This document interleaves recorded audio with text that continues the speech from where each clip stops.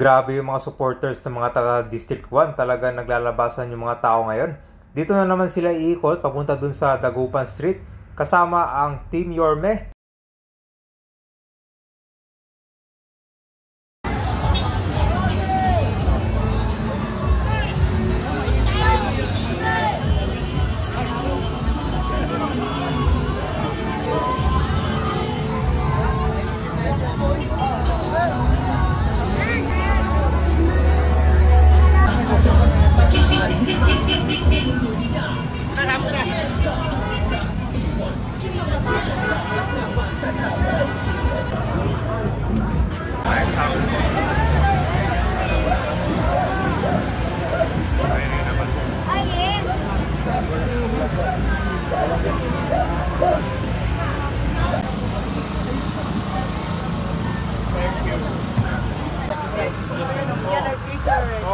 Wala akong tuloy. Picture na lang tayo.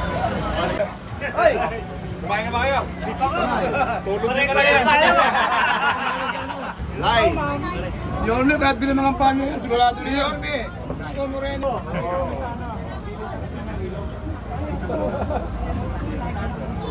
Wala.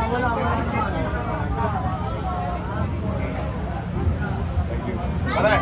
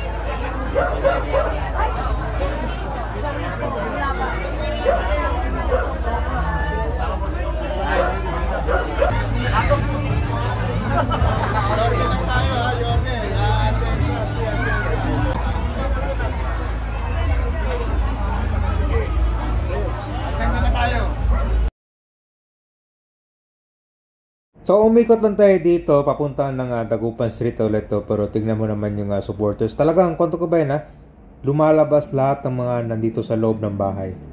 Yan, legit yan. Kahit doon si taas, tumingin ka pa sa bubong. Grabe. Halos walang maiwan dyan sa loob ng bahay. Ganito ka, hindi yung supporters ng Team Yorme ngayon, no? Itong dinaanan na iskinita, malapit sa estero to, na may ginagawang ngayon dyan na project, yung paglalagay nila ng steel sheet pile. Yan, so kwanto, halos ikutin to lahat buong distrito ng Manila. So ang ginagawa dito kabayan, kapag dadaan si Yorme sa harap ng bahay mo, ay i-ready mo na ang iyong smartphone para magpa-picture kayo. Talagang kusang si Isko na hawak ng cellphone niya tapos magsi-selfie.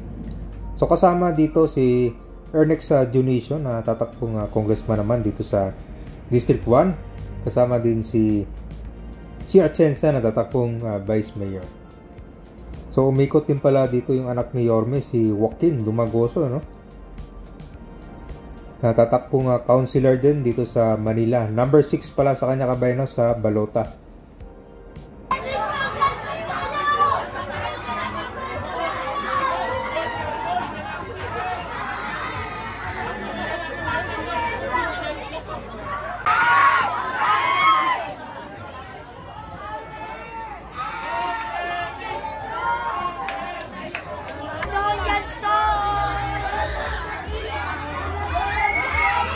Parang pesta dito. Parang